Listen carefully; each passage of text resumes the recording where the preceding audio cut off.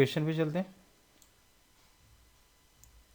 Albert invested an amount of X rupees in a fixed deposit scheme offering 10% per annum for first year and 15% per annum for second year and received an amount of rupees 20,240 after 2 years. What is X in rupees? देखिए यहाँ पे type of interest तो लिखा नहीं है, ठीक है, कि सिंपल इंटरेस्ट पे इसने रुपये दिए या कंपाउंड इंटरेस्ट पे, ठीक है। तो आपको यहाँ पे अगर ऐसे क्वेश्चंस एग्ज़ाम में आ जाते हैं, ठीक है, तो हालांकि यहाँ पे देखिए किसी बुक से उठाया हुआ क्वेश्चन है मेरा, यहाँ पे टायर 1 2017 में आया, ठीक है। तो आपको ये पता नहीं है कि सिंपल इंटरेस्ट लग रहा है कि कंपाउंड इंटरेस्ट, ठीक है। तो दोनों में परसेंटेज चेंज हो जाता है ना। तो क्योंकि सिंपल इंटरेस्ट में आपकी जो इनिशियल अमाउंट एक्स रुपीज़ पे ही इंटरेस्ट हर साल चलेगा, लेकिन कंपाउंड इंटरेस्ट पे क्या होता है, पहले साल पे 10% पे चल रहा है बेसिक पे, प्रिंसिपल अमाउंट पे, और नेक्स्ट ईयर किस पे चलेगा, एक्स प्लस एक साल का इंटरेस्ट के ऊपर 15% का इंटरेस्ट लगेगा। तो मैं यहाँ पे सिंपल इंटरेस्ट पे मैंने इसको ट्राई किया था तो आंसर नहीं आ रहा था, ठीक है। तो इसलिए मैंने फिर इसमें कंपाउंड इंटरेस्ट का वो लगाया। तो इसलिए आइए कंपाउंड इंटरेस्ट के इससे करते हैं, क्योंकि ये सिंपल इंटरेस्ट के चैप्टर में दिया था, इसलिए मैं पहले सिंपल इंटरेस्ट इसमें कहीं मेंशन तो किया नहीं था, तो इसलिए पहले सिंपल इंटरेस्ट से ट्राई किया, फिर कंपाउंड इंटरेस्ट से आया तो उसका आंसर आ गया था, ठीक।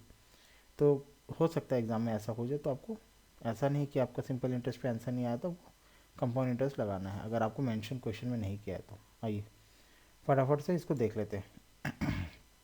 तो यहाँ पे देखिए इनिशियल अमाउंट बता दिया गया है एक्स है, ठीक है, इनिशियल अमाउंट एक्स है। तो ये देखिए एक तरह का परसेंटेज का भी क्वेश्चन है, ठीक है। आपको पता है कि कंपाउंड इंटरेस्ट सिंपल इंटरेस्ट जो भी है it is basically on percentage.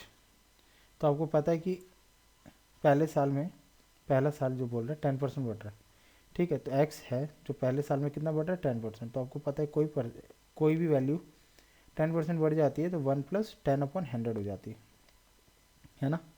और दूसरे साल क्या बोल रहा है, सेकेंड ईयर 15% पे बढ़ रहा है, तो दूसरे साल का ही प्रतिशत हम एक साथ ही इसको कैलकुलेट कर लेंगे। तो 1 + 15/100 मीन्स 15% बढ़ रहा है। आप इसको ऐसे भी समझ सकते हैं, एक्स दो स्टेप में आपको करना पड़ेगा अगर आप डिटेल सॉल्यूशन में करना चाहते हैं तो। X plus 10% of x add करेंगे, ठीक है। जो 10% ऑफ एक्स प्लस एक्स आएगा उसको फिर 15% निकालना है। तो एक शॉर्टकट ये आपको पता होना चाहिए, ठीक है। एक तरह से कंपाउंड इंटरेस्ट का भी यही एक फॉर्मूला है, एक्स इंटू 1 + r⁴ ईयर, ठीक है। तो आर यहाँ पे क्या है, पहले साल का 10 है, दूसरे साल का 15 है, ठीक है। तो ये principal amount into 1 + r/100 into 1 + r2/100, ठीक है। r2 मीन्स दूसरे साल का r2 is equal to total amount, कितना उसको मिल रहा है। तो 2 साल बाद इसको इतना मिल रहा है 20,240, ठीक।